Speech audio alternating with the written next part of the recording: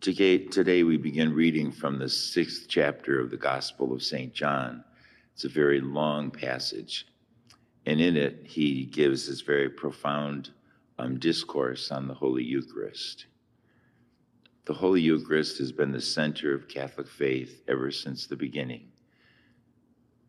2018 years have passed, and the faith of the Catholic Church in the Eucharist has never changed and never failed. It is the most profound truth that Jesus teaches us and gave us.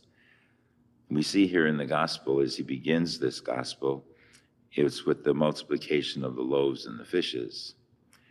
And we have to be careful when we look at it. It was certainly an example of Jesus' compassion. He saw that they were hungry, and so he multiplied the food miraculously so they would have something to eat. But it really wasn't, John never mentions the word compassion, because he wants us to understand that what was happening here, Jesus was showing his profound power over physical reality, particularly bread. He could so take over that reality that he could multiply it and feed 5,000 people. It's symbolic of the Holy Eucharist. For all these centuries, the Lord has been multiplying the bread of his own body in the Eucharist for millions and millions of people.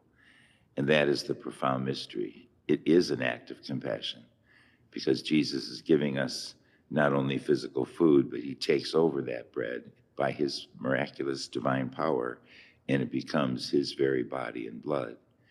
And so it's a profound mystery. And John will go on through this chapter explaining the deep meaning of the Holy Eucharist. You and I today, notice he mentioned it was the feast of the Passover was near. And it was at the feast of the Passover meal that Jesus instituted the Eucharist and gave it to the apostles, and also instituted the priesthood so that they could do the same with the Eucharist down through the ages. So in a real sense, you and I today, on this spring day, are with Jesus as he was there at the Last Supper, and he feeds us with his body and blood.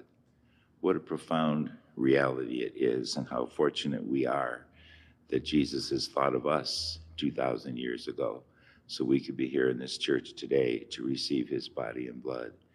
His whole mission was to draw us to himself and to the Father through the power of the Holy Spirit. And you and I are the recipients of that great gift of the Holy Eucharist. Let us stand and offer our prayers and petitions.